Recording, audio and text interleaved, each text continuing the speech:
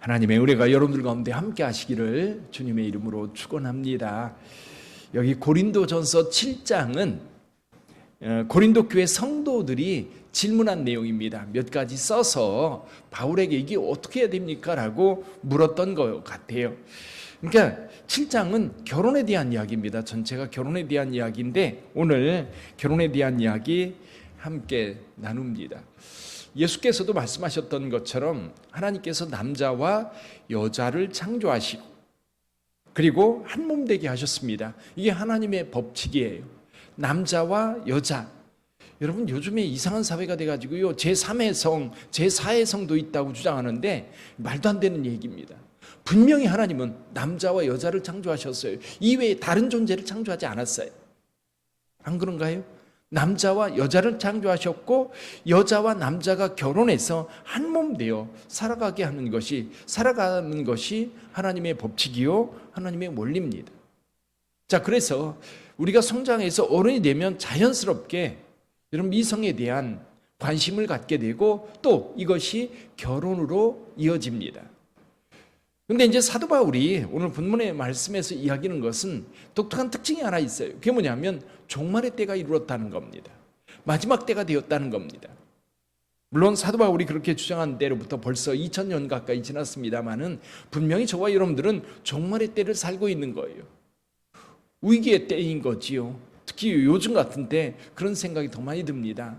여러분 그 러시아와 우크라이나 전쟁이 여러분 단순히 그 지역의 전쟁으로 지금 끝나지 않고 있어요. 만약에 여기에 중국이 가세하면 아마 많은 전문가들이 염려하는 것처럼 제3차 대전이 일어날 거라고 보는 거예요. 또 러시아가 여차해서 핵무기를 사용한다고 한다면 여러분 이거는 이제 걷잡을 수 없는 상태가 되는 거예요. 서구 사회도 러시아도 또 중국도 가만히 있지 않고 중국이 계속해서 미국의 압박을 받고 있다면 뭔가 모종의 행동을 취할 거라는 거지요. 그래서 지금 세계적으로 이제 많은 사람들이 이야기하는 게 2025년에는 중국이 대만을 침공할 거라는 거예요. 단순히 대만을 침공하는 게 아니라 그것은 미국과의 전쟁을 선포하는 거라고 보는 거지요.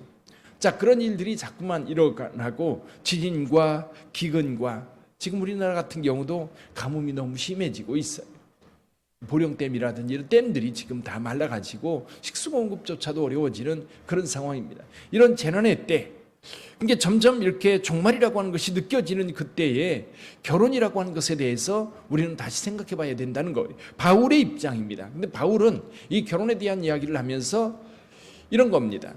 결혼한 사람은 나누지 말라. 이거는 하나님께서 우리로 하여금 합하게 했기 때문에 사도 바울이 원칙으로 제시하는 것은 결혼했을 때에 신앙적인 문제가 아니라고 한다면 이거는 한 몸 되어서 끝까지 가야 된다는 것은 원칙으로 이야기합니다. 근데 다른 부분에 대해서는요, 내 의견이라고 얘기를 해요. 바울이 결혼에 대해서 분명히 이것은 주의 뜻입니다 그렇게 말하지 않고 내 생각에는, 내 의견에는 그러면서 좀 이렇게 유두리를 두고 있는 모습을 보게 돼요. 그래서 이 결혼 상황에 대해서 몇 가지 말씀하고 있는 첫 번째는 결혼을 했다면, 그렇죠?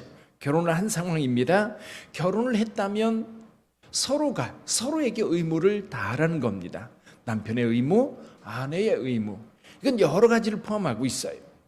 예를 들면 이런 거지요. 성적인 의무, 자녀에 대한 양육의 의무, 그리고 가족을 책임지는 경제적인 의무, 서로가 해야 될 영역이 있는데 만약에 이것을 서로가 책임지려고 하지 않으면 그 가정은 파탄납니다. 특히 요즘 같은 때는요, 남편이랑 아내가 서로가 서로의 의무를 하지 아니하고 만약에 무책임하게 가정생활을 하려고 한다면 아마요 요즘 같은 때는요 100% 이혼합니다. 그렇죠? 참아내는, 예전에 우리 부모님들 세대만 해도 참으셨어요. 자식 때문에 참고 다른 사람 이목 때문에 참고 그랬는데 지금은 그런 시절이 아닌 것 같아요. 자, 그런데 사도 바울은 분명하게 말합니다. 3절에 보면 남편은 그 아내에 대한 의무를 다하고 아내도 그 남편에게 그렇게 할지라. 그래서 서로 얽매이는 거예요. 남편은 아내에게 매이고 아내는 남편에게 매이는 겁니다. 매인다는 게 뭐예요? 한 몸인 거예요. 매여서 내 자유가 구속당하고 내 자유가 없어지고 그렇게 생각을 하면 결혼이라고 하는 것은 불행입니다. 근데 하나님의 섭리는 뭐예요? 완전한 하나의 사람이 되는 거예요. 그래서 한 몸이라고 말씀하셨어요. 이게 성경적 원리지요. 결혼했으면 한 몸입니다. 한 생각을 가지고 한 집에서 함께 살아가면서 함께 경제활동도 하고 함께 자녀 양육도 하고 함께 살아가는 것이 부부인 거지요. 그래서 여기 의무라는 말은 조금 저에게는 거부 반응이 있어요. 의무가 아니라 사랑으로 해야지요. 그렇지요? 의무로 남편에게 행하고 아내에게 행한다고 한다면 너무 무미건조하고 좀 그럴 것 같아요. 그러나 우리 서로가 사랑으로 행한다면 행복한 거예요. 기쁨이 있는 거예요. 그러면서 여기 분방에 대한 이야기가 나옵니다. 5절 한번 같이 읽어볼까요? 5절 시작. 서로 분방하지 말라. 다만 기도할 틈을 얻기 위하여 하부이상 얼마 동안은 하되 다시 아파라.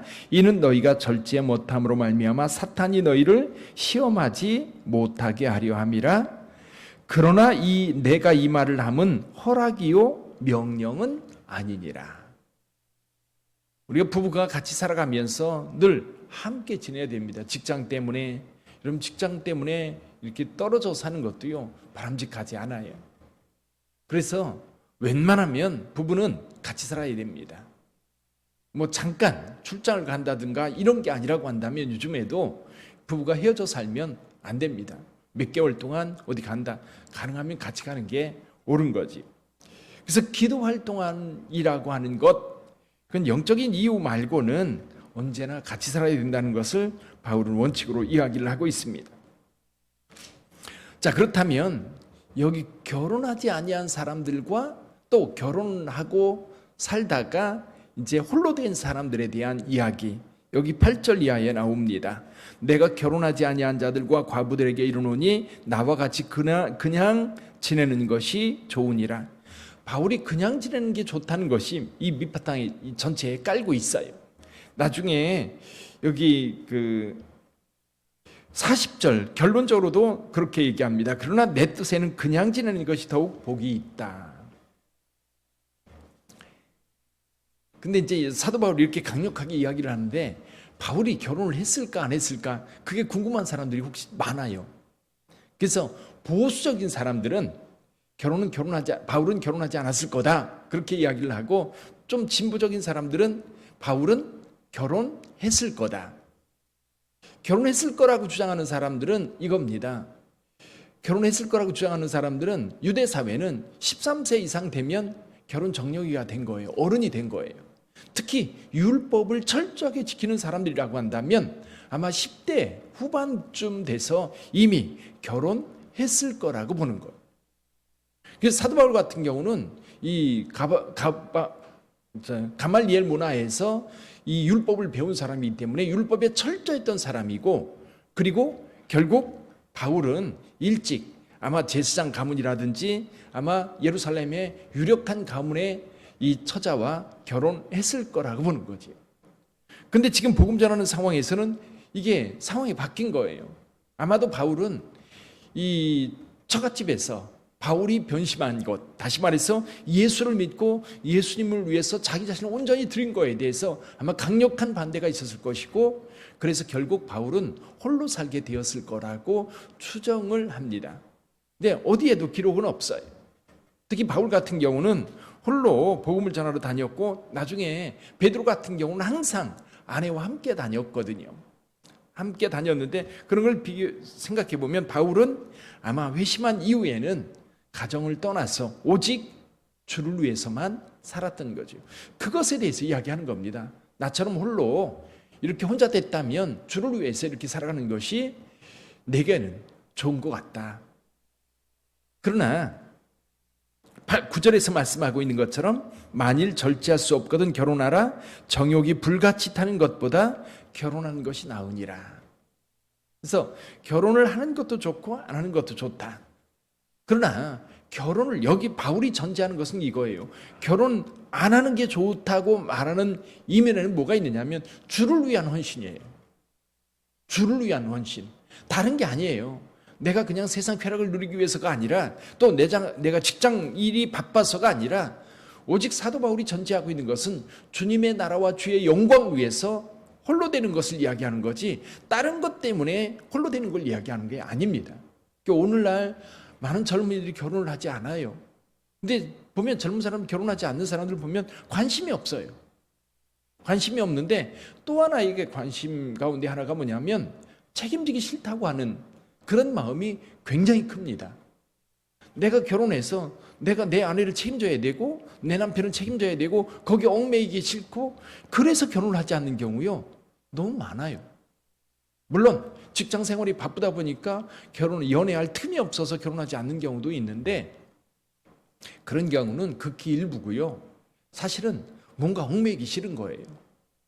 그래서 돈을 벌어서 내가 자유롭게 쓰고 내가 자유롭게 내 삶을 살아가야지 결혼해가지고 거기 얽매여서 자녀에 얽매이고 또 배우자에 얽매이고 그런 게 너무 싫은 거예요. 요즘 현대 젊은이들이 구하는 겁니다. 사도 바울이 얘기하는 건 그걸 얘기하는 게 아닙니다. 그래서 우리가 분명히 알아야 될 것은 바울이 홀로 지내는 게 좋다라고 하는 것은 하나님의 나라와 하나님의 영광을 위한 것이지 자기 쾌락이나 자기 즐거움, 자기 자유를 위해서 이야기하는 게 아니라는 거예요.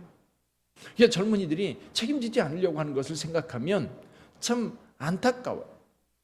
근데 여러분, 저는 그런 생각을 해요. 우리 하나님께서 우리를 사랑하셨다라고 할 때 그 사랑을 어디서 느끼고 경험할까? 물론 예수를 믿는 그 믿음이 생겼을 때 어느 순간 성령께서 감동을 주셔서 하나님이 우리를 얼마나 사랑하셨는지 그에 대한 깊은 체험과 은혜 경험을 하기도 합니다. 근데 많은 경우요, 우리 하나님께서 주신 이런 환경 속에서 하나님을 만날 수 있는 기회를 많이 주셔요. 그 중에 한 가지가 연애죠, 연애. 그냥 상대방을 향해서 좋아하고 사랑하고 마음 빼앗기고 그런 것만이 아니라 사실 신앙인들은 거기에서요 하나님이 우리를 어떻게 사랑하시는지 느낄 수 있어야 돼요. 하나님은 그 연애하는 그 상황 속에서 하나님이 너를 얼마나 사랑하는지 그걸 우리에게 말씀해 주고 있어요. 자녀를 키우면서도 마찬가지입니다. 생명의 신비를 우리가 경험하는 거잖아요. 창조 섭리를 결혼이라고 하는 걸 통해서 아이를 잉태하고 아이를 낳고 아이를 키우면서 하나님의 마음을 아는 거예요. 하나님의 사랑이 어떤 건지 창조가 어떤 건지 거기서 깨달아는 거예요. 이한이라고 하는 배우가 그런 얘기를 결혼해서 이제 나이가 많아서 아기를 갖기가 어려웠던 거예요. 그래서 그 클리닉을 하려고 했는데 아기가 생긴 거예요. 아기가 생기면서 뱃속에서 아이가 크는 게 너무너무 신비하다. 자기는 동료들이나 후배들한테 결혼에 대한 이야기를 하면 반드시 결혼해서 그 생명의 잉태함을 경험해야 된다는 거예요. 그 신비를 내 심장이 뛰고 있는데 또 다른 심장이 뱃속에서 뛰고 있다? 이것처럼 신기하고 신비롭고 완전한 것이 세상에 어디 있느냐는 거예요. 결혼을 하면서 서로에게 배우자에게 책임을 질 때에 행복이 있는 거예요. 내가 책임져 줄 대상이 있고 그러다 보니까 살아갈 이유도 생기는 거예요. 살아갈 이유. 내가 책임져야 될 아내와 남편이 있고 또 자녀들이 있으니까 내가 힘들고 어려워도 그 자녀들 때문에 인내하고 참으면서 내 인생을 만들어갈 수 있는 거예요. 근데 그런 책임의식이 없으니까 너무나도 쉽게 자살도 하고 무책임하게 자기 삶을 포기하고 물러나게 내던지는 경우가 얼마나 많습니다. 여러분, 저는 그래요. 오늘 사도 바울은 전제하고 있는 것, 제일 중요한 게 뭐냐면 하나님 나라를 위해서 홀로 되는 것을 이야기하는 거지 그냥 결혼이라고 하는 것에 대해서 해도 되고 안 해도 되고 그런 차원에서 이야기하는 게 아닙니다. 하나님의 나라를 위해서 내 자신을 헌신하려고 하다 보니까 주님 일에 몰두하고 주님만 사랑하려고 하다 보니까 결혼하지 않는 거지 다른 이유가 아니거든요. 근데 오늘날은 그렇지 않은 거예요. 책임을 회피하려고 하는 경향이 너무 큰 것 같아요. 그래서 저와 여러분들이 이 젊은이들이 행복하게 결혼 생활할 수 있도록 적극적으로 도와야 되고요. 또 그들을 긍정적으로 협력해 주어야 되는 거지요. 그리고 결혼 적령기가 된 청년들은 여러분 결혼을 회피할 게 아니라 그 행복한 결혼 그리고 그곳에서 내가 힘들고 어렵게 그 짐을 져야 하지만 그만큼의 행복과 그만큼의 기쁨이 있다고 하는 것을 우리 젊은이들에게 충분히 가르쳐주고 그 길을 갈 수 있도록 도와줘야 될 겁니다. 그래서 우리 빛된 교회를 통해서 또 가족들이 많이 만들어지고 그리고 많은 아이들이 태어나고 그 가운데 하나님의 사랑과 섭리들을 깊이 있게 경험할 수 있는 기회가 되기를 주님의 이름으로 축원합니다. 기도하겠습니다.